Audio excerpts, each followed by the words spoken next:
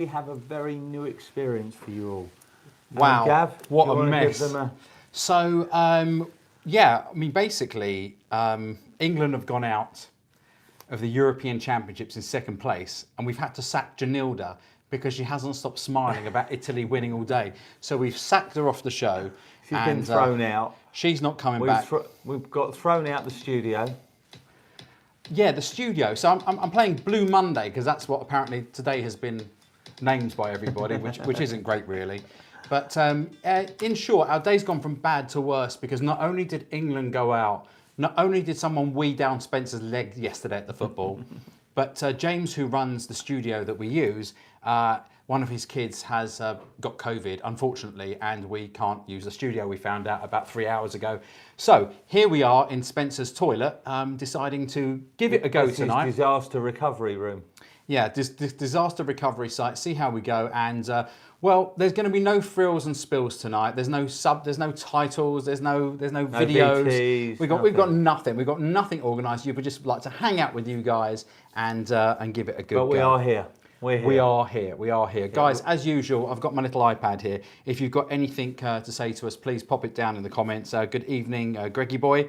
Hello, Prayash. Hello, Kelvin. Evening all. Great to have you with us, even if it is on a much lower rate production. Very nice toilet, this. Very nice toilet. Spencer, how's the week been? To be honest with you, Gav, we're still recovering from the show last weekend. I mean, it's been non-stop. And as you know, we had Paul down on Thursday, had a catch up with him. The phones just keep going, you know. People still very active, looking for pieces, Sky Dwellers, sports stuff, Daytonas. It's been busy. It's been busy. Really busy. Now, in general, I mean, you're never really that quiet, are you? No. But much stuff been coming in, much sort of been taking your appetite? Same sort of things, just seeing a few more things. We're speaking with people about Jubilee Sky Dwellers, which are coming through. Everyone's chasing now about the new meteorite dials, expecting those to come through soon. But, you know, just been steady with things. Spence, you carry on speaking to the camera because it's just gone live and I've sent, all you're seeing is the top of my gorgeous bald head. So I'm just going to lower the camera just for a second. You carry on speaking. Okay. So guys, we're just looking forward to new stuff coming through and hopefully some of the new palm dials and meteorite. All of these, normally August, at the latest September, we'd hope to see these coming through. I think I'm really looking forward to seeing the Daytona with the meteorite dial. I know there's been a lot of inquiries through our Instagram about people asking, do we have them in yet? And the other really amazing looking piece is the Kinsella. It's like a black and gold, like a piece of stone that is in the day-date dial. Right, that looks stunning. That looks, and I'd say there's been a little bit of controversy over the, let's call it the ganja weed. A lot of people are really excited and looking forward to it, and others just detest it straight from the off. Look, we had that, didn't we, with the OPs, when we had all these coming through, everyone thought, what are they doing? And now they've really taken off. Yeah. And you wait till these are discontinued. They're popular anyway, but they'll be flying. I mean, we keep saying discontinued, but actually you can't get them anyway. Yeah, but once they're discontinued, you really won't be able to get them. Yeah. Let's see who else is with us this evening. Lawrence Fahy, hello boys. Frank Muller, good evening, my friends. Good evening to you, Lawrence. And Jacob Kendall. Jacob, did you manage to catch up on the soccer this weekend? We won't talk about that anymore. Jacob says, Gav would love to get a mouse pad. It will be in the post to you tomorrow, my friend. I promise you. We'll send you a mouse pad. We'll send you a mug. We'll send you the whole shebang. We'll get a few bits and pieces out. All we need is your address and we'll get that all packaged off to you. Kelvin says, Gav, it's called the Dr. Dre. There's lots of words for that. Ganja leaf, Dr. Dre. I guess palm as well. The palm. Yeah. Paul Oakley, good evening, guys from Cardiff. We're trying to get over the disappointment of yesterday. To be quite honest with you, there was nothing going to stop us doing this show today. If you've just joined us, you can see we are broadcasting from Spencer's toilet today. Actually, it's a very nice back-end toilet. It's his little home office. But James in our studio, unfortunately, one of his children has COVID and he has to isolate. And so here we are. We got locked out for a week, but we're going to be hopefully back there next week. And if not, we'll make some other kind of arrangements. Now, did anybody see our Only Fools and Horses little snippet with Rodney and Del Boy? That's well, we're trying to work out kind of who was who. Spencer. What am I named as now? Oh, there's plenty. Uncle Albert. Paul thinks you should be Uncle Albert. Lots of lovely comments across Paul's channel on that and yours, and that was quite good fun to do, wasn't it? Absolutely. Yeah, definitely. Have you managed to sell any of Paul's watches yet? We've got one of them has gone, the Tudor, the Pelagos. Few bits of interest in the other piece. The Bulgari, quite a few people have asked for a video. That's a great looking piece. Yeah. Really is. Interestingly, so one of the guys popped up on the YouTube channel. He said, I'm not sure, I can't work this out. Is there any profit in this trade? I guess it depends on selling Paul's watches. I've done it to help Paul to sell them against, well, I may get 5% out of it from Paul, which we'll see how it goes. Yeah. But normally it'll be 10%, but Paul's done a deal with me where I give him 95% in what he gets at. And it sparked a lot of interest. By the way, we did get a copyright strike. Everybody was right on that. I got a BBC copyright strike today. Bad boy, naughty boy, because not only did we pinch their music, but we also adapted their title sequence. But that's given us some good ideas for some future little. Yeah, we've got a few. We're going to be hopefully doing like a special a month, something a little bit different, something out the studio. We're going to get Mr. Thorpe on board, which is great. Obviously, if you saw the end of that video, and do go back and check it out below. But if you saw that video, at the end, I did from off camera throw in the mankini that we have agreed Paul will not wear because he cannot bring himself to do it. We've asked for just a photo. But to be fair, Galatee saying that did come in, Dave. Remember we had that Snoopy that you loved? Yes. Just in talks with someone at the moment, we've got another piece. Now at the same time, that's the 50th anniversary, yes? Because there was a 45. Yeah, it's the 50th. And someone called me today saying they're really disappointed it's been cancelled. Quite a few people have had deposits returned and cancelled their orders. And we are in talks. We've got another piece, full set, brand new. Unbelievable. You know where on the back, when you turn the back of the watch, you see Snoopy going around the moon. Yeah, it's a stunning watch. There's another watch I saw came back in, but we're gonna put up on the channel tomorrow as an unboxing. The girls did it today. Okay. But all I would say is, Mr. Thorpe, if you are watching, you may want to watch our unboxing tomorrow, having just picked up a watch off Spencer. Juventus for life. Well done yesterday. I'm assuming you're Italian. Do you sell Omega or Tudor? Of course, absolutely. Yeah, both. Yeah, in abundance, guys. If you want to know what's in stock, just check out bqwatches.com. Absolutely, it's all there. Jacob says, I did catch the game yesterday. Apologies, lads. There's no need for you to apologise. It's our own fault for letting ourselves down and still not knowing how to take penalties after all these years. Chester, Ralphie, love the dedication, guys. Thanks for still being with us. What do you think of the new Explorer 1? Thanks, Chester. The 36 mil. Yeah. 36. I'm saying yes, Spencer, like I know. Yeah, no, I personally think it's a little bit on the small side. People have said that it's for the Oriental market, for the overseas, but you've got to try it and see yourself. But personally, I think the 39 in the Explorer was a great size. 36, a little bit small. Roger Kenyon says, hi Spencer and Gavin, I'm surprised you didn't take TPG advice, marketing advice, and have Hilda sat in an Italy shirt. Well, actually, to be fair, we booted Hilda off the show today because she had a smile from ear to ear, and obviously everybody else in Spencer's office was a little bit on the sad side. If I'm being really honest, my plan today, before this news broke that we couldn't go into the studio, was to have Jonilda in her Italy shirt, but with a gag on her mouth, so she just couldn't speak for the whole show. But then we'd obviously have to take it off because everybody loves Jonilda. And actually, I don't think she's so hung up on football in any case. No, but as you said, she did walk in with a great big smile first thing. Yeah, I did catch it. Jacob also says, I fall into that group. Word from the Omega boutique, Omega, is they can't fill all the orders. I got $1,000 back on it. Did I miss something higher? There we go, someone else there with that. And we've heard that a lot. A lot of people have been called and said their orders are being cancelled. Where, at Omega? At Omega, for the Snoopy. They can't fulfil them. Oh, for the Snoopy? Yeah. So that's why it's important. I'm trying very hard to get this piece, and you will see it up on the site, but I only have one. This is the second piece I've had of this Snoopy. Ian Nicholson says, Hilda should buy the cream cakes as Italy won. Ian, she'll be buying more than cream cakes to make up for yesterday's absolute disaster. It's interesting actually because we've had a month of absolute joy, haven't we? We've really lifted the country, and we are down in the dumps today. Even the rain has been relentless today. The weather in the UK, it's been flooding, pouring, or certainly down in London where we are. Graham Campbell says, what do you think of the AP 15500 white dial, guys? Just got the call after a 2-month wait. These are the ultra thins, I believe. Well, I'll tell you what, you tell me what you think while I just quickly Google it, because obviously... Look, a lot of these new APs, we're getting a lot of calls, really popular. Not sure on the frosted finish, but I've only seen them in a photo. I haven't actually seen them. But these new, I think it's 39 or the 40, yeah, they're very popular. And again, on a lot of these pieces now, see, they're just plain timepiece, Gavin. Quite simple, like really is simple, isn't it? Not chronograph, just thin, plain, but yeah. Yeah. Now, I have something very interesting to tell you, Spencer. I never tell you everything that's going on in the show. You never tell me anything that's coming You're on. absolutely right. And it's not because you don't ask, it's always because you're too busy. You like to catch me by surprise. Yeah, but if I told you, you're going to kill me. Go on. If I told you I got my first Patek this week and it wasn't from you. What have you got to say?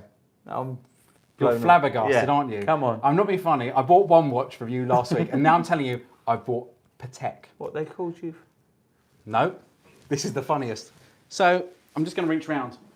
I've been helping someone clear out their house this week. And whilst I'm going through boxes and clearing out their house, and I'm thinking, oh, there's such rubbish, you know, things to be gone through, and boxes, and while I'm going through, I found this box, which you can't see. I'll put it in front of the camera, but it says Patek I know, Philippe. it's like a neck scarf or something. It's not a neck scarf. No, tie. it's better than that. It's an ashtray. It's a 2016 limited edition Patek Philippe. Have a look. Show the viewers there. Show the viewers. So this is...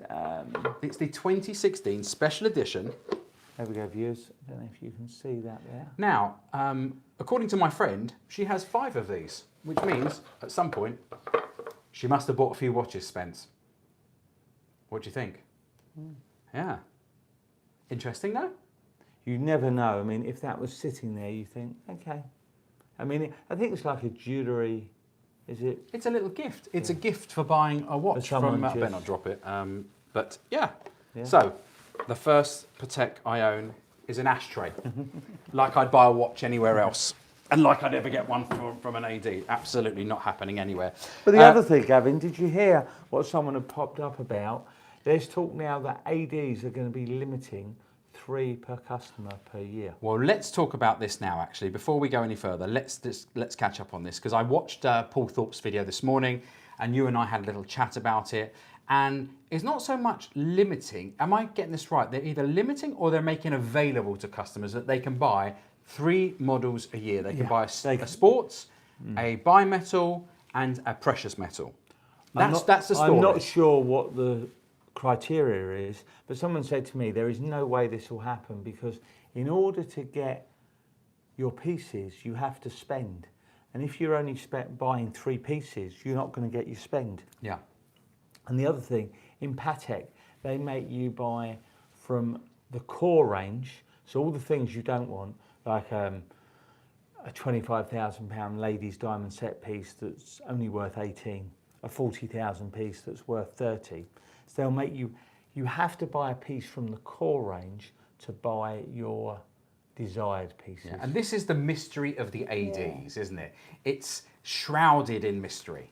But we've spoken about this, and we will, for the viewers, we will be doing a talk on this, that actually the ADs require us a lot more than they say. I think so. Because we help the ADs help us, and everyone buying the pure economics of pushing things is what makes Rolexes where they are. So it's a really interesting thing, and I learnt so much at the watch fair, and one of the guys was talking to me, and I was looking at all the watches, and we were discussing it, and I was talking about how I've watched your business for the last few months, and it's amazing, you know, and also the fact that the secondary market is so strong in watches, and I said, I just can't get my head around it. Why would I want to spend £12,000 on a watch that I could buy for 6,000 or 7,000? And what this guy said to me is, he said, Gavin, you've got it all wrong.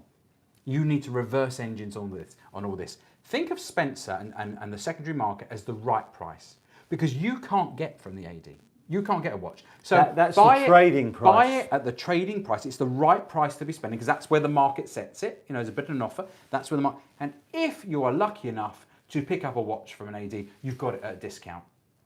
By the way, you'll never get it. But if you get your, well, you've got to wait 3 or 5 years, or you've got to spend a certain amount of money to then qualify to buy it at list. Which, to be fair, I'm never going to do. Let's have a look at what's going on down here. Priyash Saka says, Spencer, what's your favourite Rolex steel model other than the Daytona?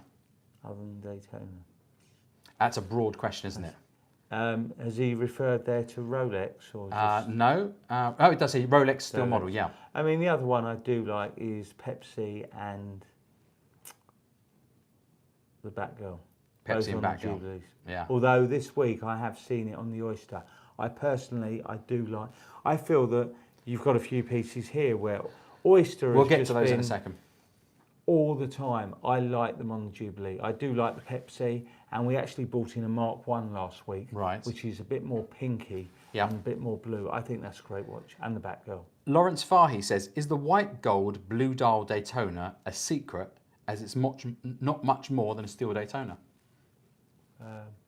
Is the white gold blue dial Well, Daytona? they are. They're trading at about over £40,000. But beautiful watch. We actually have. I was speaking with a client today about that piece. Beautiful, stunning piece. But yes, in relation to the steel, where a white dial is approaching 30,000 now, the white dial steel, so it's not that much for the white gold in proportion. Yeah. Geezer, good evening, Geezer. We've missed you. We haven't had you for a week or so. Geezer says, thoughts on TPG situation. And I'm going to say straight away, it's not our mess. No. We've watched the channel just for research stuff, and I'd probably say that's kind of all. I know probably people want controversy. Interestingly, as you may have worked out from all the stuff that Spencer does and I help Spencer with, this is not about monetizing a channel and putting out dramatic statements to get 1 million views or 1,000 views or 10,000 views. It's a little club, and it would be too easy to put out controversial bits and pieces. To be honest with you, we watched it from afar. Yeah, we've spoken about this, and people have come to us, haven't they, Gavin, and said, why don't you do this, and why don't you show this? And it's not what we do. Yeah. We talk about watches, we talk a bit about our customers, but keep it confidential. We're not interested in getting tens of thousands of views. We'd sooner have less is more of real people who we trade with. I remember about 7 weeks ago, somebody slated me for the content production of the show and just sort of said, you should be more like the Timepiece Gentleman, because we want to see the trades, we want to see the Ferraris, we want to see you spending 17 grand on dinner. And I'm just telling you now, it's never going to, we're just not those people. No. And you know what, nor are you guys either. I think if you're aspirational and you want to live a Kardashian lifestyle, as maybe some of our American counterparts do, then that's great. And whilst it's lovely seeing the great watches, I just feel that everything you see here is part of, part of BQ watches. If we show you something here, though, you can come and see it. And if we talk about something, it's real. Sorry, stop the press. Heavenly Mark just said, just to advise, the Patek ashtray goes for around £250,000. Okay, that cannot be right. Sold. You've got one. I'll sell you one at 100. Wow. I better take care of that. Oh, there's another 3 where that came from. Talking about that. But just finishing off on time, we will speak a bit about this, but I tend to not get that involved in things with ADs and what people are doing. And we just talk about what we are, and if someone's got something to sell, to give them a fair price. If we're selling, that you've got the confidence with us. That's where we're about. We're not interested in some of these mad things. And I do think of what he's done and the publicity. The latest I heard, apparently he's doing something for charity or something. I'm not really up to date. I'm not criticising what he's done. That's his channel. Sure. We're a different part of the world. It's nothing to do, it's not. I totally agree with that. But if they're happy with that, and don't get me wrong, people still watch it, but I don't think what he's done helps the industry. And this is what I talk about, of being secure, people being safe. I don't like people being robbed or not paid for their watches. They can come to us or post and things are insured.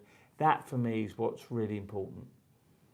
I would wholeheartedly agree with that. And yeah, if you're looking for, mind you, we have had a Ferrari once, didn't we? Yeah. And your bike day when you Yeah, went out on the sure. boat with Paul. Look, That's the closest you're going to get. Absolutely, but not 17 grand dinners. No, No. it's not going to be. No, Not not unless us. someone wants to throw it I in. don't know where you can have a 17 grand dinner for in London, so I'm sure someone will suggest to us. Spencer, what have you got on your wrist this week? Here we have a 1680 from 1974. There's no fancy camera today, so you'll have to squint and zoom in there. It's just quite an aged dial where it's quite nicely patina, going slightly yellow. Also got a similar piece here. Whoa, hold on. Go on then, go on. Let you show Spencer's your one. lent me this. By the way, this could be my next purchase. I love this. Spencer's lent me a 16710, which is a 1994 Coke. And if you can see that, absolutely gorgeous, in fantastic condition. We bought a few vintage pieces. We'll call them vintage because they're not Well, I 6 think or 7 years old. anything pre-90s I call vin. That's the younger brother. There, Gavin. Which one? That is.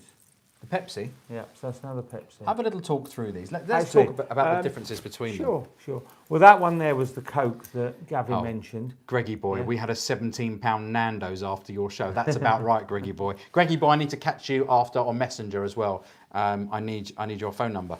Not for, but I need your phone number. There we have the Coke. Again, that's with the mineral glass. Yeah. So that's the 16710. That's the 167 and 710. That's a 1994.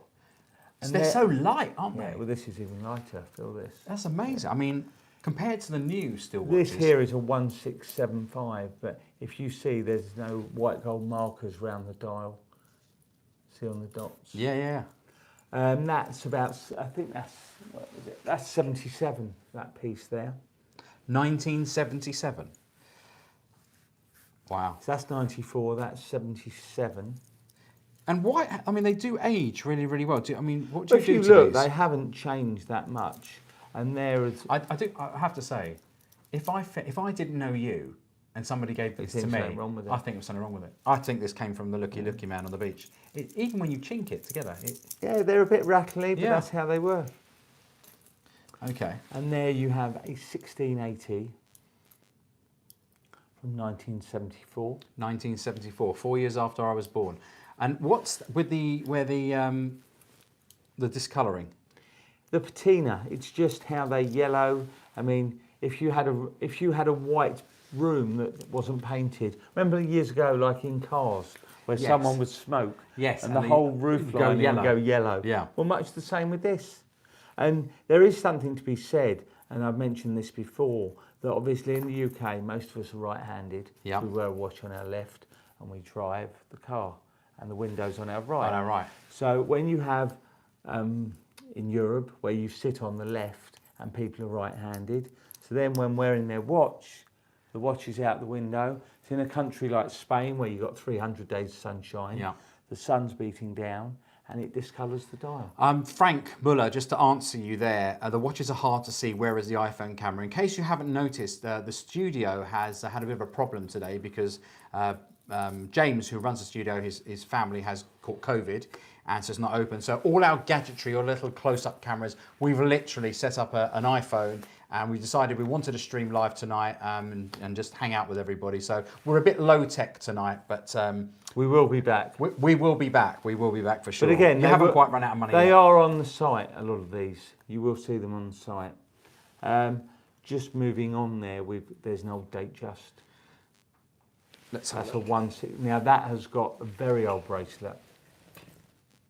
I mean, that's terrible, me holding up to the camera, but that's got a very old bracelet on it. Would they zoom in if you went there? Can they can all hear you, Spencer, when you whisper. Okay. I was just thinking whether you show them there. No, it doesn't. It just gets a Oh, bit well, closer yeah. to the camera. What here represents? Because I'm always asked, and at the watch show, and obviously I can't give a qualified answer because, as everybody realises, I know nothing about these things. What do you think offers the best investment value in some of these older watches? Because that, for example, is sort of circa £4,000, isn't it? And it's from 1970. Yeah, but this is a nice vintage piece. I personally like these sort of things, which you've seen me wearing of late. Yes. This. from sort of the 70s. Which one's that? Where the 1680, where the dial's totally different. Look at the dots, and there's nothing white gold. It's like a matte dial. These are what personally because as time goes on, you're not going to see any more of these. They've been discontinued, and if they're in good condition, and someone wearing it stands, it does stand out. You can see that, like you say, Gavin, you mentioned, oh, it doesn't look real, but people who know it's real. Yeah. It's like the Zenith Daytonas. Yeah. All I've realised now is that anybody I know wearing a Richard Mille, it isn't real. Oh, there is one person. I bet most people are, you can't have 300 people in one area wearing a Richard Mille. That's £250,000. Well, yeah, exactly. Yeah. Interestingly, though, do you know what watches the two managers last night were wearing? Do you know what Gareth Southgate was wearing? Did he have a Hublot? He did. He had that new Hublot with the, gave all the scores, had a digital sort of readout. What they sort of do, the Hublot are quite big in football. They are known for sort of doing watches. Yeah. And what about Mancini? Don't cheat. Okay. What was Mancini wearing? I didn't. I was too far away. Well, I didn't have that good. I'm going to tell you. Roberto Mancini was wearing a Richard Mille Roberto Mancini. They've made a watch for him. Of course, I can only hold up a screen and you can all see that because it's how low-tech we are tonight. But Roberto Mancini was wearing a watch made for him by Richard Mille. It's the RM11-04. And how many pieces of that? I believe it's 50. I believe it's 50, but I could be wrong, and I'll never see one in my lifetime. That's probably £250,000. Yeah? I wouldn't know. Well, now they've won. It's probably $500,000. I might swap it for my ashtray. For the ashtray, absolutely. What do you think? Maybe the viewer who noticed or paid the I love this. Guys, you are so on this. Lawrence Fahy. Rio Ferdinand was wearing a Richard Mille. Giza. Frank was wearing a 5990R. 5990R. That's mad, that piece. Yeah. That's $350,000 yeah. a piece. And he can afford it, let's be honest. We've had some questions in from Instagram this week, which I thought we'd carry on with some of the stuff, even though we can't put it up on the screen. I thought it would be nice to sort of get this stuff across. And guys, really important to us, and probably more importantly to Spencer, do like and subscribe and do share our videos. We love to share the love. Oh, Howard Ross says 500K for the RM1104, which is what Mancini was wearing. 500,000. Wow, that's pretty amazing. Can you just ask him, is that dollars or pounds? Yeah, Howard, is that dollars or pounds? Because that will affect my decision on whether we go and purchase one of those. Yeah, can you imagine? Yeah, guys, do like, subscribe and share. We want to get this channel out to as many people as possible, just because we like you all and hope you like us. Let's. First question is from F10MCA. Oh, F10MKC, I guess it says. More of a question in general. I've got a Datejust 41 Rhodium on a Jubilee. Yep. Keep or sell? Again, the most important thing, if you like it, it's a great watch. Yeah. It's not one that you're going to make fortunes on, but if you like the piece, it's got to be worth keeping. Kenny W says nobody in England will want one of those watches. You're absolutely right. But they won't want Gareth Southgate's Hublot either. Damien Norman, this is a fanboy question, I feel. Did you meet your viewers in real life for some selfie? I actually, at the football, someone did come over and say, oh, you bought a watch from me. Did he really? Yeah. Well, if you think that's embarrassing, I was at Wimbledon last week. As you all know, I was at Wimbledon. I put it up on Spencer's Instagram. I had a lovely day out, Wimbledon to Wembley. Incredible. And some fella screams out behind me, oi, Gavin. And I'm thinking, okay, do I know you? I said, hi, how are you? Long time no see. He goes, no, we don't know each other. I've seen you on Spencer's BQ Watches, that Watch Guy channel. I said, oh, lovely. It was an embarrassing moment between the points. But there we go. Another question from Damien Nurman. How many years in the business and how long for become, I'm assuming he's not English, will say stable, meaning having salary? What he's asking is, how long did it take to establish yourself before you knew you could make a living out of selling watches? You'd always been in the jewellery business, hadn't you? I've been in the jewellery and pawnbroking business from the late 80s, so over 30 years. You're not that old. But I started very young. Just gathered the knowledge as time went on, probably sort of mid-90s, got a reasonable knowledge of watches and just grew from there. Roger Kenyon pops up with, am I right in thinking Richard Mille were looked down on a few years ago? And if so, why the turnaround? Why the turnaround? I couldn't tell you.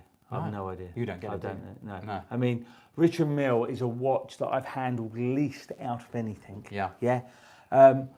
I just But think there's a reason for that, isn't there? Well, it's just a huge amount of It's a money. huge investment, I mean, isn't it? I've handled a few watches that have been over 100,000, Pateks, up to 100,000, obviously Rolex. It's just not one, you know, on a watch of that value, you've got to hand deliver.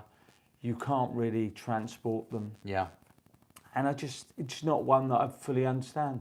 Pete Smith says, has the market levelled off in the last month? In Richard Mille.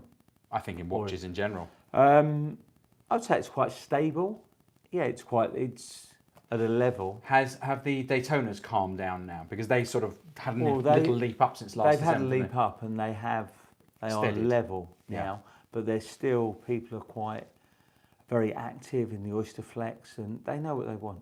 Yeah.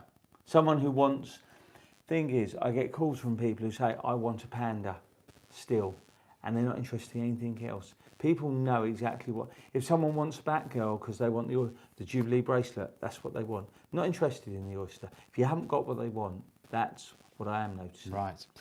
Samuel Danger Thomas says, why doesn't the Meteorite GMT get a lot more airtime? What a watch. It's quite a lot of money. I think it's over 40,000. And you think that's why it stays... Well, it's a very understated watch. We always say with the white gold, you know, you've got a steel watch, say in the Batman, that's 12 grand in the Batman, 12, 13,000. The same watch with a blue dial in a GMT in white gold is 35,000. Meteorite is over 40. It's a lot more money. So you've got to have the budget to be able to. Yeah, we've all been guessing with the new Meteorite Daytona what we think it's going to go for. We did one live on the show, didn't we, a couple of weeks ago? And I think they're going to be anywhere from 35 to 70 were the guesses. I mean, it was I'd mad. say 35 to 50. I mean, there aren't many. The precious metal now on Daytonas is upwards. I mean, the white golds are over 40. The yellow golds, like we know, are 60 with the green dial. So they're certainly. It must have at least a 4 in front of it. Yeah. Must do. Guys, if you do have any questions or anything you want to ask Spencer, please just do pop in the comments. I have got everything live here, so I can see. Pardon us once again for our surroundings. We're making do because the studio has been closed tonight due to COVID. Artisan Curation asks, who is Rodney and who is Dell out of you and Paul Thorpe? I'm probably Rodney. You should, I have to say, actually, to be fair, I think you're Rodney as well, Rodders. I probably am Rodney, but I'm happy with that. Yeah, and so that refers to the video that we made with Paul last week. Paul came down to Spencer's. They had a little horse trading over some watches. And if you want to go back through our channel, you'll see a fully edited version, including a nice little title sequence we made. And it was really, really good fun. Actually, the negotiations were quite straightforward. It's our first time. I mean, people have asked us. So I thought we'd... Greggy Boy says, Spence, you are granddad. If you saw Spencer's dad, which you probably did do, Greggy Boy, at the show, he literally Thank you, is. Greggy Boy. I appreciate that. Thank you. Yeah. Yeah, it was interesting because I know you had to do some research prior to seeing the watch, because you can't just sit there and Well, go... I had no idea what he was bringing. Yeah, so I know he sent you sort of what, so you could do your research the night before. And you did say one has been sold sort of pretty quickly. Yeah, that was Tudor. But viewers, so that you know, this is what we do, and this happens a lot with us. If you've got something that you've got that you're not using, you know, bring it along. And equally, if you see something on our site that you like, this is what we do a hell of a lot, where you can part exchange against a watch. So if something's not being used, like you say to me, Gavin, what's popular or why would you not keep? If you're not using something, it's silly it's sitting in the safe. Yeah. Even your ashtray. I mean, I'll gladly take it for £250, maybe not £250,000. Yeah. Well, I've got 4, so I'll get £1,000. No? Maybe £1,000. Mind you, probably bid me down for 4. But this is it, part exchanging things against that you don't use it into things that you do use. Yeah. Pete Smith says, who is Trigger? And Kelvin O pops up with Gav can be Trigger. And I always remember that famous broom scene. I've had this broom 16 years. I've had 9 handles and 14 sticks. As a great show. I think my favourite scene is either the chandelier, where they're taking the chandelier down, or the one where he's leaning on the bar That's and the right. fella opens Yeah. the flat and he goes. It's a flying through. fantastic show, Yeah. but I'm not sure we can do that again because I fancy if we get another strike on YouTube, We'll be off, we'll that'll be be it. kicked off. But just to say once again, we do have some fantastic once a month content that we're going to try and produce. It's going to be very different to everything else we do. Me and my C63 says, do I get the Amiga? Okay, this is a two-part question. Registered my interest in an OP36 green at an AD. Do I have a chance realistically of getting the call, or do I get the Amiga I also like in the meantime and not dwell on false hope? That's a decision. It depends what your thoughts are with the two. If you like the Amiga just as much, you may as well go and get what you can get your hands on. I think I would agree with that. I mean, I'm starting to learn. I've learned so much, obviously, from you. If you like something and you want to wear it, go and do it. You mentioned something to me the other day, actually, when we were chatting, and you said to me, you know, you can go out and you can buy a jacket and you'll sell it at a car boot sale a year later. It was a suit, wasn't it? The example was you could go and buy a suit for £1,000. You might wear it half dozen times in the year. Then the end of the year, your wife will sell it on eBay and nick 50 quid and take the money, and you've got nothing to show for it. Yeah. So if you buy a watch and you enjoy the watch, don't think about what you're going to get back for the watch. Just enjoy the piece, wear it, and if you've chosen well with certain Rolexes or sports, it may not cost you that much to own. But Yeah. if you like it, I mean, I had a gentleman today who sold me an old Rolex. He's had it since 1957. Has he really? Yeah, it was just a gold timepiece. Had the watch for like, where are we, 65 70 years. Yeah. 50, Wow.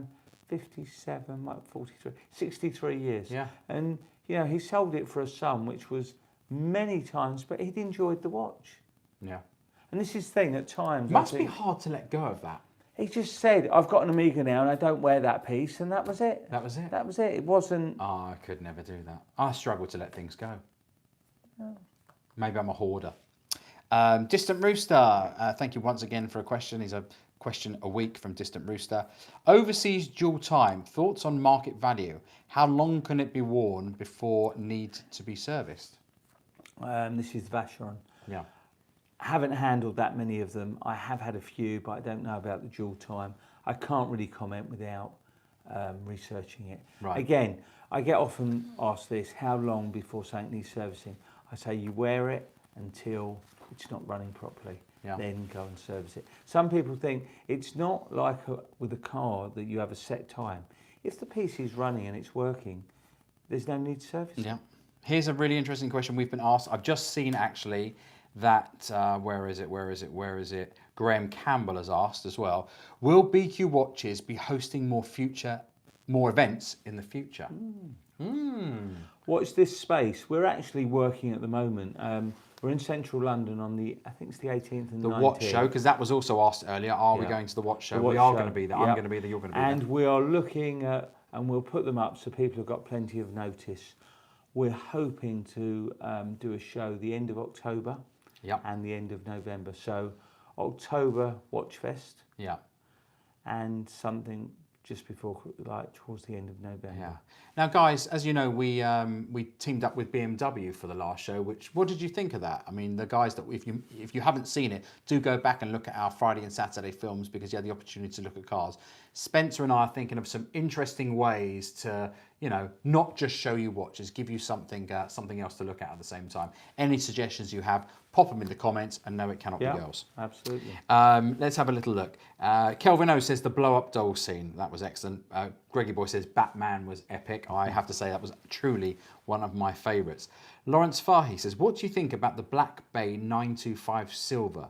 Seems a lot of watch for reasonable money. Yeah. We love the Tudors, don't we? That. I've had that. You've had that in? For a semi-precious metal watch, I mean, I think it's about £4,000.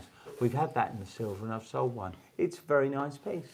Very nice. Yeah. I mean, I have to say, you know, I'm obviously a complete watch novice.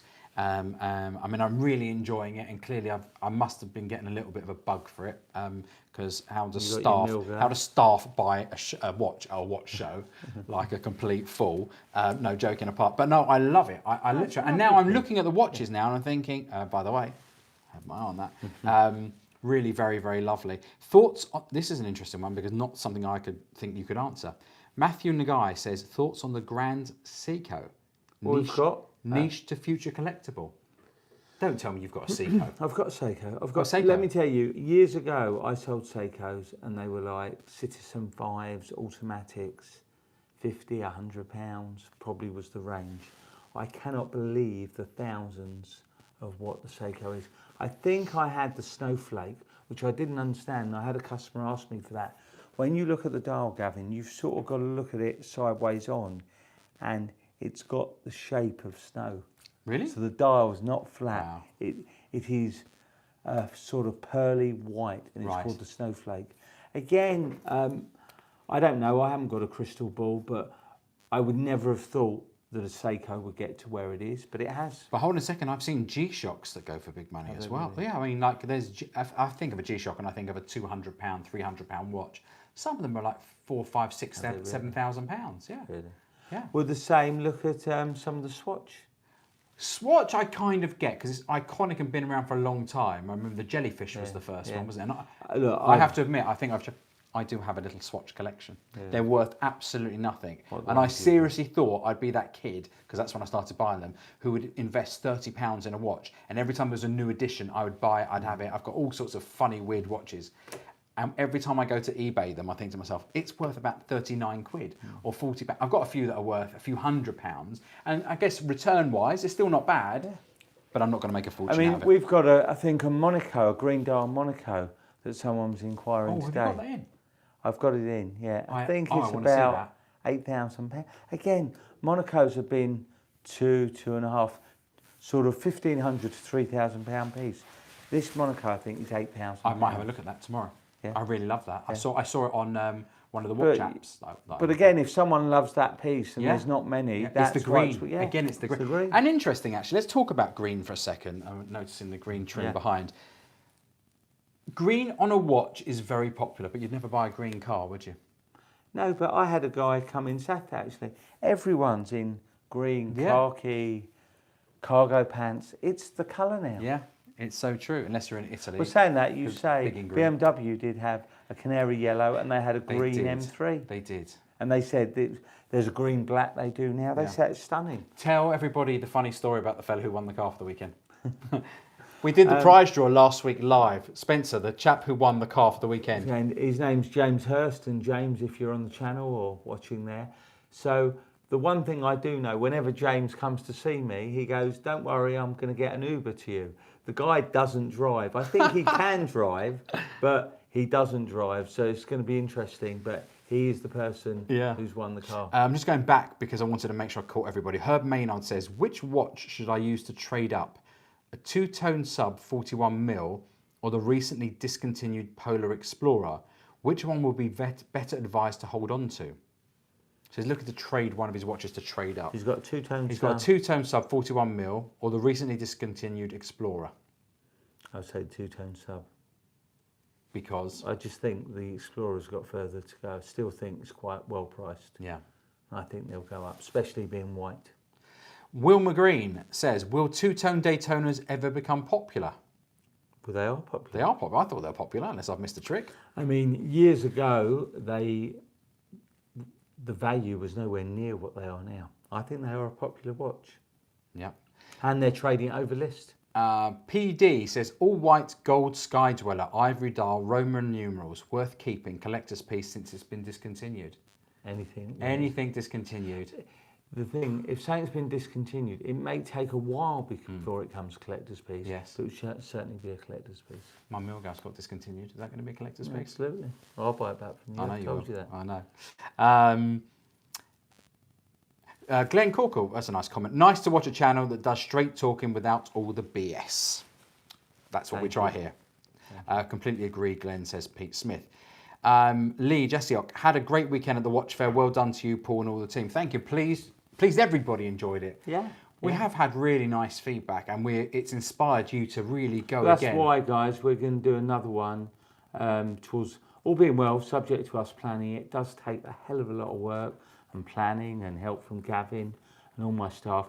We're looking towards the end of October and November, and next time I think we can do a Friday and Saturday and Sunday. Saturday and Sunday. Be interested to hear your comments on that, because some of you guys took a day off work to come down. So really do pop in the comments if we think a Saturday and a Sunday would be better, or a Friday or a Saturday.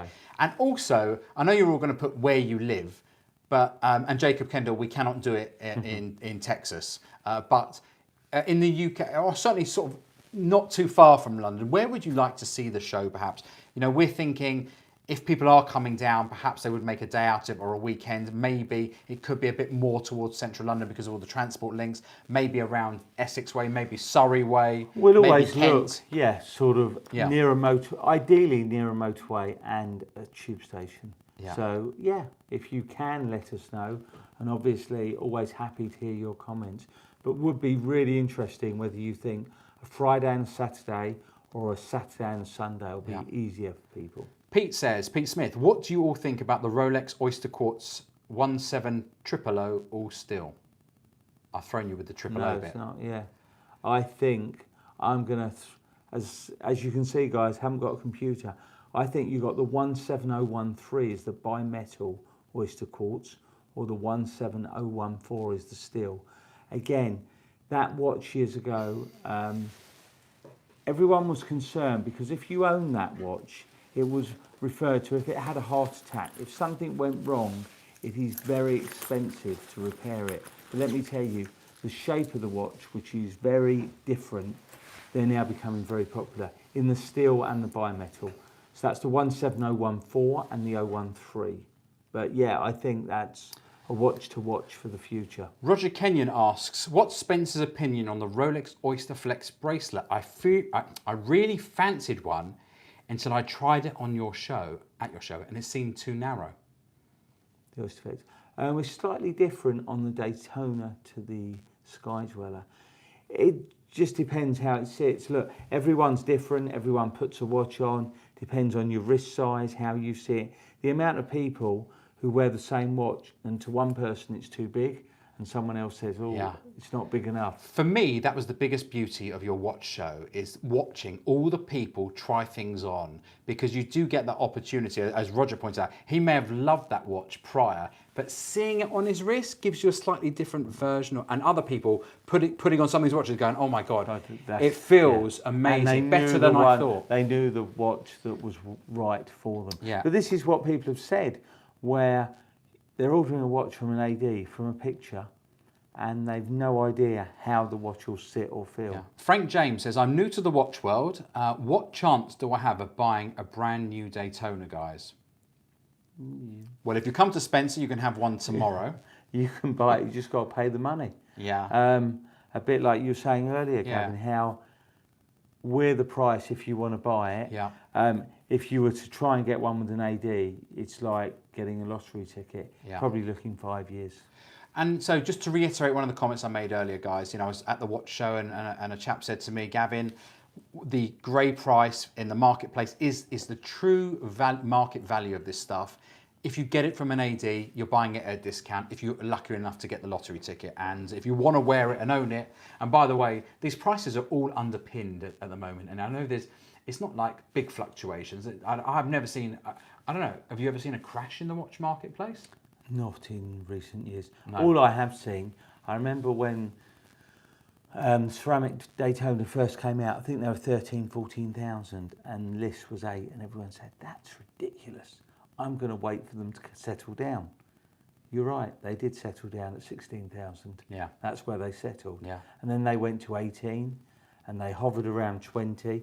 I remember selling a few just over 20. They came back a bit to 20, from 22 to 20, but now everything's pretty stable. The thing is now, there's more people who want, there's less with Europe. You got to remember, the UK used to be able to buy from the whole of Europe, and it just could easily travel, or it could be DHL'd or FedEx or Post. You haven't got that anymore. No, you haven't got that at all. I mean, we're on this little island, Yeah. And that's it. Yeah. You know, everything now is treated. I had a customer the other day wanted something I had to get from France. You got VAT on it. It's VAT. No way it just around makes it. There's no way. Kelvin O says, I agree with Roger. He's talking about the size of the strap on the Oysterflex. I've done the same small strap. I done the same very small strap overall, width and length. Geezer says, I'm going back, green Jag E-Type. I'll take that anyway, talking about green cars. I think everybody knows that a British racing green will always be a classic on one of the, I mean, an E-Type Jag. They're a bit like watches, aren't they, Cor? Yeah. They've never come down in price. Yeah. Wow. Mac Rolex, Gavin, what year is your Milgauss white dial? Why does Spencer think it hasn't gained much popularity and seems to be overlooked? It's a beauty. Well, I would have to agree with you because I have it here. And every time I wake up and see this next to my bed, I do think to myself, I really love it. And you may all think it's a pile of rubbish, but for me, I love the orange. I love the lightning dial. Spencer, why is this an underrated? Look, for the money. Be careful with it, please. I won't drop it. Don't drop it. Don't worry, it's insured whilst it's with me. Oh, good. It's insured. That's good. Look, years ago, if you look at, there are Milgausses from the 70s that was very plain. They were worth 15, 20,000 pounds. Some even more than that. It's just of what it does. What you got to remember is when Rolex makes something, there's a meaning behind it. It's anti-magnetic. It's not just a toy. It does. So yes, that's a anti-magnetic. Doctors wear it. So absolutely that. It doesn't affect certain instruments, you know, if you were in the medical profession. So they don't make play watches. They're watches like a submariners for diving, a deep seas for diving, you know, the GMTs, the pilots. They know what they're doing with things. Interesting. So funnily enough, I know obviously everybody's had a really good laugh at me dropping the prize, the Tudor GMT, when I lift it up and drop it. But Mr. Poon will say it still works. It still works, but you know what? I held up the watches at Wimbledon and about 15 people straight away pinged me on Instagram going, don't drop the watch, Gavin, don't drop the watch, Gavin. As we say, if he does drop it, he's got to buy them, so it's fine. Let's have a little look. Oh, Gav, did you show Spencer my Instagram message? Well, Jacob, I didn't because it came in very late. But Spencer, basically, Jacob said that he would work for you for a year for free in exchange for... Jacob, put up the watch quickly. What was it? Go on. What was it? No, oh, the Aquanaut. I put up on the Instagram today the black Aquanaut that you've just got in. And I put up, and Jacob said he'd work for you for a year for nothing. Is this Jacob Kendall? Yeah. Well, he's got to come over, get accommodation. I think he'll be out of pocket. Yeah. Be careful, Jacob. We may take you up on it. You never know. Derek Clifford said, what's not to love, Gavin? Stunning. No, you're absolutely right. It is stunning. I do love it. Funnily enough, everyone will shoot me now. I don't really love Daytonas.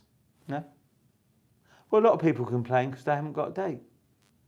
I never even looked about that, but yeah, I guess so. Yeah, but look, I do think now you've got a lot of pieces, you know, like I mentioned with the AP, where they're going for plain timepieces. Yeah.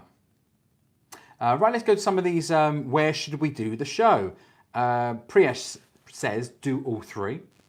Voltage Villain says... Hang on, what's all three? I guess it's all 3 days. Friday, Saturday, Sunday. Tell Priyesh he'll be very popular with the staff. Yeah, they love him. Voltage Villain says, please do one in Manchester.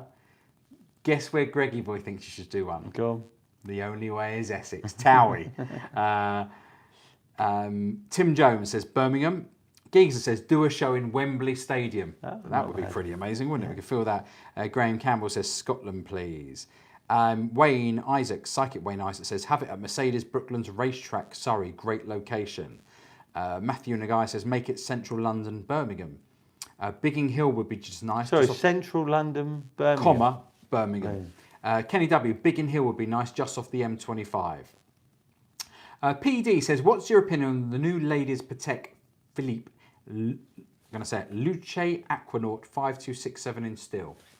Do I have to Google I'm not familiar with it. You're not familiar? I think it's diamond set, slightly smaller size case. But you're not very familiar with it? I'm not totally, I stand to be corrected. I'll have a little Google on it. A 5267. 5267. And I'm going to throw it out there. I think it's 32 or 35 mil. Diamond set, Aquanaut. Yeah, wow. Am I right? Well, you're not bad, yeah. Not a bad guess. Yeah. That it? Is that what you're Yeah, thinking of? that's the one. Okay, well What's the size? That one's currently on eBay. We'll What's just the put that up size? on the camera. There we go. That's what we're talking about. What size? See I this think- high-tech stuff we're doing today, holding up a laptop? Gavin, 32 or 35 mil? That's a great question. I will answer you 1 second when I can see what it says. Stainless steel rubber. It says 35.5. There we go. 35.6. Sorry, Close. I was 0.6 ounce. So for someone who doesn't know anything about it, In terms of value, though, without doing a bit of research, my gut feel would be it's probably not trading just under list. yeah. Kelvin O says, Spencer, does the Oysterflex strap come in different lengths? Yes, do you know? absolutely. It does? D, E, F, G, H, you've got letters according to the length, and each end you get a different letter depending on your wrist size. But on the ladder, you can adjust it slightly as well. Yeah. Ian Nicholson says, wherever you think to have a show, please consider you need plenty of secure parking. Could you not find another BMW dealership to host the show or have shows where you've just had shows? Success. So he thinks we should go back to... Yeah, so we've talked about going back to Barron's, if they'll have us, of course. I mean, but we've talked about doing it in other places as well, just to see But if we that can is mix an up a issue little for bit. central London. It's An issue for central It's the London. parking. Yeah. Yeah, I mean it is. And also you've got congestion charge. Unless of course you offer to pay everybody's congestion charge. Well, I will pay their congestion charge. if they buy a watch. As long as they come in an electric car. Hey, boom boom, boom boom, very good. Yeah, that could be an issue with central. Yeah. Matthew Guy says Z Blue Milgauss is better one. I don't even know what that is. Okay. Good comment there. What we're going to do is actually get Gavin to get the collection. So he has to get... What's the Z Blue? The Z Blue is like an electric blue. Ooh. You've seen with the blue dial. Oh, You've yes. seen it? Yeah. So maybe we'll try and get Gavin to get all three of them. Yeah. Spencer, Paul Oakley. Spencer, any 41mm OP turquoise arriving soon. I look at my mouse mat every day from the watch fair. What a nice watch. PO card. I haven't at the moment. No. But, you know, it's one that we're looking for. I've got my name down for that at an AD. Yeah, I think it went in the bin after. Geezer, the question of all questions. Spencer, any luck with the orange Aquanaut? No. Did put a call in, but we're not there yet. No. You still want it? Yeah. But you're, I want it. And again... hold on a second. You want it or you're... No, I want it. But like the motorbike want it? Yeah. Let's just tell you, Spencer, I don't know what's going on with Spencer and Paul. Paul's buying things. Spencer's gone out and bought another bike this week. Only because Paul keeps buying bikes. So we've got a race of our collection of bikes at the minute we're talking about. But we'll update you on that soon. Yeah. So you definitely want the orange? I do want the orange. And I understand when you can't get something, when you've got a piece that you can't get, it is frustrating. Yeah. It really is. No, but... so hold on a second. Before you Go say on. it's frustrating, you're a watch dealer who has watches. Yeah, but do you still get the bug for a watch when it comes? Does it Yes, eat you? because You haven't got it. it's unfinished business. Yeah. Right. This watch is... I don't mind with the black or the orange. Look, the strap can be changed, but it's that dial with the orange hand, the 51. I think list is about 37,000, and they're currently trading 90, 100,000. And in all seriousness, at 90 or 100,000, I'm just saying, would you still consider it, or would you go? I'm considering it. I do want to get one, but it's something that I want to buy and just put away. Do you? But I would wear it. Yeah. Again, and is it because you can't find anybody who wants to sell one? Is that yeah, what it comes they've down just gone crazy out of all of them. Right. Yeah. I mean, the Aquanauts, as we know, and the Nautilus. But I just think it's super cool. I've tried them on, just really comfortable. And it's something that you wear and people sort of... They know.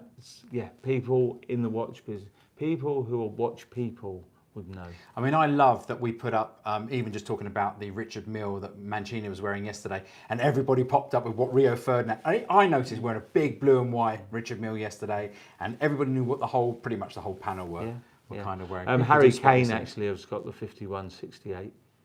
He's been seen wearing that. Right. Yeah. Yeah, all these are great footballers' watches. Yeah. Spencer, did you sell your old Multistrada? Yes, I did. You did? I did. Yep. That's gone, and we have the new Multistrada. and I will announce there's something I'm looking at the minute. Finky Gook, or Finny Gook, says the ADs are effectively wholesalers now. Yeah, but they're wholesalers that are putting demands Yeah. on how you get things. Yeah. And I think unrealistic demands. I tried to put myself, I was thinking about this whole conundrum. I watched Paul's show this morning, his broadcast, and I said to you today, let's just recap on some of the bits and pieces. And I was thinking about if I owned an authorised dealer, if I was an authorised dealer, and I always think to myself, is it a bit of a naff business? Because you're told what to do, how to sell, what you can and can't sell. And by the way, you guys can trade watches all day long in whatever quantity you want, yet they are squeezed on the stock that they have. They can only really give them to the people that spend, and trying to encourage people to buy something they don't really want must be a difficult business. Or have I got it all wrong? No, you're 100% right. I've actually know of a few ADs who I speak with, and they tell me off the record of things that go on. The word used now, Gavin, if you were bought a few watches and you want to get something, the ADs have to get director's approval. So they have to put someone forward, say what their buying pattern has been, and decide whether you're approved. It's like being at school and being put forward. You're vetted. I've spoken, look, I could speak at length on this, and actually an interesting thing that we could put up is if you were running an AD, what would you do different? Yes. Another interesting one Yes. is if you were running Rolex, what would you change? And we could have people put their ideas forward, and then what we consider to be the best half a dozen ideas, let them pitch and talk about it. Yeah. Because I've got a strong view on certain things I would do totally different to what Rolex are doing today. I think we should do a whole show on that. Now, one of the things we are doing just after the summer is we've got Greggy Boy who's coming to join us for a night out. He's coming he's coming down. We're going to have dinner with him, and then we're going to do a show, or vice versa. But we'd like to invite some of you other guys, some of our other viewers. If you want to come and join us in our studio for a show, if you love watches, if you want to come and talk about watches and come and be part of our little, have a night out with us basically, pop your comments in. You can find me on Instagram through Spencer's channel. I'm sure you can find me on Facebook on the Rolex group where I add. But I think this would be a great thing. And what we try and talk about is things that are real, things that mean something. But just a little word with the ADs. I've spoken to an AD who has told me, he goes, oh, we have a meeting today with Rolex. Rolex, not only they can't supply what you do want, Rolex are making ADs buy stuff that they don't want to buy, like diamond set pieces, precious metal. They also require the showroom to be done up to a certain level. Yeah. So you have to spend money, you have to buy watches, but you can't get the Batgirls or the Submariners or the Daytonas that you want, but you've got to stock between 40 and 120 pieces, and your account is settled every month. But you put an order in of what you want, and you get a fraction of the order, and you get all the pieces that you don't want, but you've still got to buy them, and they make you spend money on the showroom, they make you do things. So it is very much, for me, I don't think I could do it. It's a bit like being at school and being controlled. And here's something that I was talking to some of the guys at the watch fair, at your watch fair, and I learned something. I'm learning something every day, but they told me that Rolex, unlike a lot of companies, is very different. It's actually a charitable trust. Is that right? It's not run like a company with shareholders. So for example, if I was Rolex and I was a limited company or a public company, I've got to answer to my shareholders, I've got to increase my profits every year. And that's really why they can make their own rules, because they don't have to answer to anybody. Okay. And that's why there's no maybe need. So they go at their pace. They can do whatever they want. They don't need to sell more watches. They don't need to increase sales. They pretty much, it's like a, so they're happy. It's like the with monarchy, isn't it, really? Yeah. Again, just going back to that, obviously something we can talk about next time on the show, but in any other business, if you had that many customers, you would increase your production, your factory, and try and produce more of what people Ian want. Nixon, yes, Rolex is a foundation charity. That's what it is. Yeah, foundation charity. Let's have a look what else has come up here. Lampard has a new 5.9 rose gold yesterday. Greggy Boy, imagine the overheads of a Rolex AD as well. I mean, imagine, they are big lumps, aren't they? But they have to spend fortunes on the showroom. Yeah. Pete Smith, you should do your next watch show at the Lexus showroom in Croydon. It's a fantastic place and more upmarket than BMW. Daniel Parsons said, Spencer, I'm going to get this all wrong. Spencer, buy a Panigale and blow Paul away. Panigale. Oh, Panigale. Sorry, Panigale. I can't do Italian. Panigale. Panigale. It's a sports Ducati. Yeah. Ah, it's a bike. I'm thinking, I've never heard of that watch. Possibly. Yep. But it's a bit sports. It's a bit sort of uncomfortable riding position for me. As I'm a little bit older, I'm sort of a little bit more upright. A little bit more upright. Aaron Ozard says, Spencer, have you seen any Sky Dwellers on the Jubilee yet? And do you think it will work well? I haven't. I've only seen the image, but I think it looks very nice. Right. Okay. Guys, we're not going to bore you anymore. As you can see, the makeshift little scenario we've set up here using an iPhone, a laptop and an iPad and Spencer's desk at home has worked well.